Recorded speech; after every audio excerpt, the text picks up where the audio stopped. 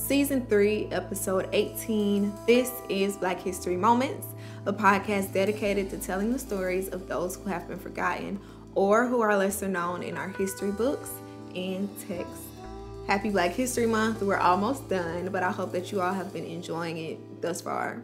If you're new here, I'm Shaakira White, an HBCU graduate and a lover of all things Black and historical. Now, I'm sure at some point in time you've heard of Little Richard, you've heard of Johnny Cash, maybe Chuck Berry, and also Bob Dylan. All of those people were great musicians of their time, great in their own right, and they all have earned their place in music.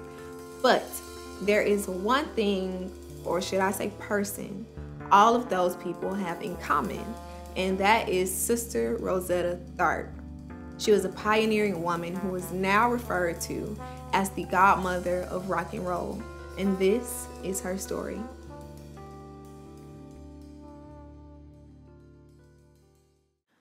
Rosetta Newman was born March 20th, 1915 in Cotton Plant, Arkansas, to her parents Katie Bell Newman and Willie Atkins. Now, her mother Katie, she was an evangelist and she was also a singer in the Church of God in Christ. And by 4 years old, Rosetta had picked up a guitar, an electric guitar, and she started playing. And just 2 years later, by the age of 6, she had gotten good enough that her mother would bring Rosetta along with her as she traveled with the church. Her mother, Katie, would travel to different church conventions and also gospel concerts through the South. And since Rosetta was considered at this point a musical prodigy by 6 years old, she would often be featured at those events singing and playing the guitar. In the mid-1920s, Katie and Rosetta settled in Chicago after years of traveling the South with their evangelical group. One thing we'll get into later is how Rosetta blended music styles together, which gave her a signature sound.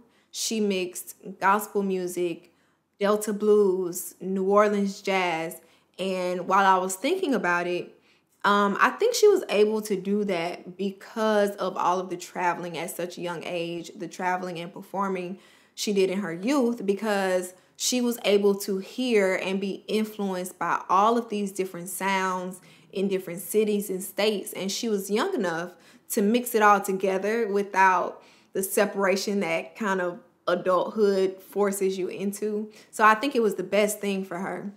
Now back to Katie and Rosetta in Chicago. They set up roots there.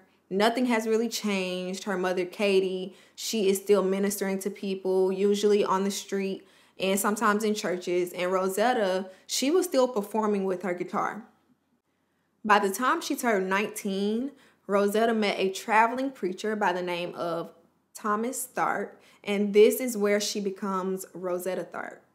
However, their marriage did not last long at all because just 4 years later, in 1938, she and her mother hit the road and headed east to New York City, the big city.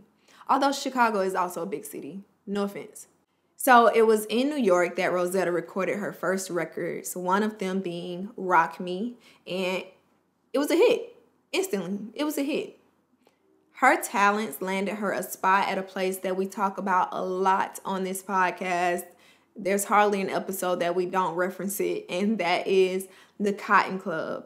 I'm sure I don't have to familiarize you with it too much, but just in case. The Cotton Club, it was an iconic nightclub in Harlem where anybody who was anybody frequented. I'm talking about Louis Armstrong, Ethel Waters, Lena Horne, Cab Calloway. Those are just a few performers who graced the stage of the Cotton Club.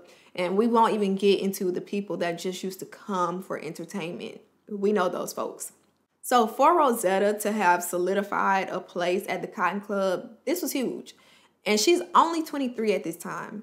So she could also be performing at Carnegie Hall, which was another historical place in history. And people were captivated by her because for many people at this time, it was their first time seeing a woman, let alone a Black woman, play an electric guitar. Rosetta was still recording her gospel tracks, but she also ventured into recording quote-unquote secular music as her popularity rose at this time. According to the Encyclopedia of Arkansas, Tharpe's popularity was so great that she was one of two black gospel acts. The other act was the Dixie Hummingbirds, but those two acts, they would record what were called V-Discs for U.S. troops overseas for them to listen to. So it was only her and the other group. Now, church folks were not having it. They felt like she needed to pick a side and she needed to stay on whichever side she picked. Either she was going to be of the world or she was strictly going to make gospel music. Now, Rosetta started to be ostracized from the church because of this, even though now she was gospel music's very first crossover artist and also their first real hit maker. She released a song named Strange Things Happening Every Day, and this was the first gospel song to chart on Billboard's Harlem Hit Parade chart, which is now just their R&B chart. And that song is considered by some people to be the first rock and roll song ever. In 1941, she went on tour with Lucky Millinder's Orchestra and the Jordanaires.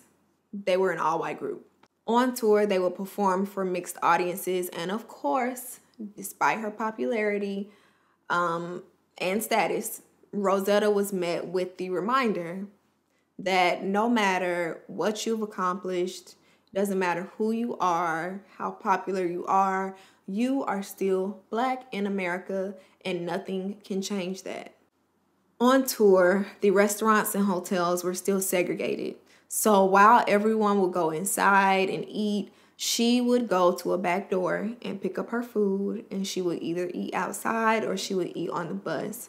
And when it came time to check into hotels, while everyone was sleeping and resting comfortably in their hotel rooms, in their beds, taking a nice shower, Rosetta would sleep on the tour bus. Now, by this time, Rosetta had been married twice, once to the minister that we mentioned earlier in Chicago, where she got her last name, and secondly to a promoter named Foch Allen. And they were also divorced later. But in the 1940s, Rosetta met a woman named Marie Knight. Remember this name. Marie was performing with Mahalia Jackson when Rosetta saw her for the very first time. She tracked her down, Rosetta, meaning, Rosetta, tracked her down, and they began touring with their own band. And they were not only partners in music, but the two were also two queer black women in a relationship in the 1940s, touring the United States. Now, we can talk about radical. Together, they took control of their business decisions, also radical, and recorded music before parting ways in 1950. 1 year later, on July 3rd, 1951, Rosetta married Russell Morrison. She moves quickly. He was her manager at this time, and the ceremony took place in Washington, D.C. at their Griffith Stadium. This was a baseball stadium. Now here, over 25,000 people paid, not just came, paid to witness the marriage. And there was also a concert recorded while there, and they later released that as an album. I mean, I think that's a pretty strategic business move, but I digress. As I was reading up on this, I was thinking, it's giving On the Run tour tease, right? Like, to me, this reminds me of something that would happen today. So getting married in a public setting, selling tickets to the wedding, also recording music while you're there. So you make money on top of money. She really was ahead of her time. Not long after this was Rosetta's popularity starting to take a hit. So at this time, it's the 1950s, and young white men began using her sound and her style to create their own music.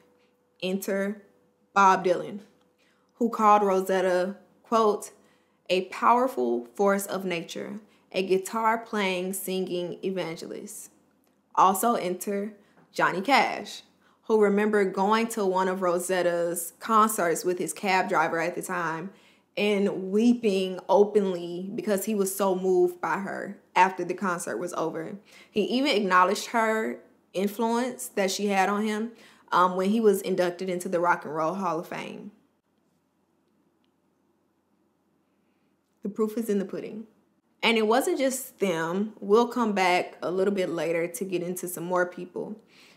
As her popularity in the United States dwindled, Rosetta made her way overseas, where she began touring in Europe in 1957. It was here that she had her most infamous show. It was held at an abandoned railroad station, and she was brought in on a horse-drawn carriage. She had on this fur coat. It was raining, and she's like playing her guitar. It's like giving Purple Rain. And in the 1960s, her popularity decreased even more with the rise of male and white rock singers and musicians who appealed more to mainstream culture. Also, her devotion to recording religious material, that also helped bring her popularity down, and it pushed her to the fringes of the musical movements that she helped inspire, end quote. Rosetta died in 1973 in Philadelphia after inspiring many, many artists that would come after her. Some of those artists being Little Richard, who considered her one of his favorite singers, Chuck Berry, Aretha Franklin, Al Green, Tina Turner, and the list literally goes on. When people would ask her about her music, she would say, "Oh, these kids in rock and roll, this is just sped up rhythm and blues. I've been doing that forever." At the time of her death, Rosetta was living with her mother, and when she was being prepared for burial, Marie Knight, her former partner, she was there to do her makeup and her hair to get her ready for burial. And when compared to male guitarists of her day, she would proclaim, quote, "Can't no man play like me. I play better than a man." And that she did. That is the story of Sister Rosetta Tharpe. I hope that you share this episode with someone, and I hope that you learned something. And I also hope that you remember that you too are Black history. And I'll see you guys next week. Oh, yes, how it rains. I said it rains, children.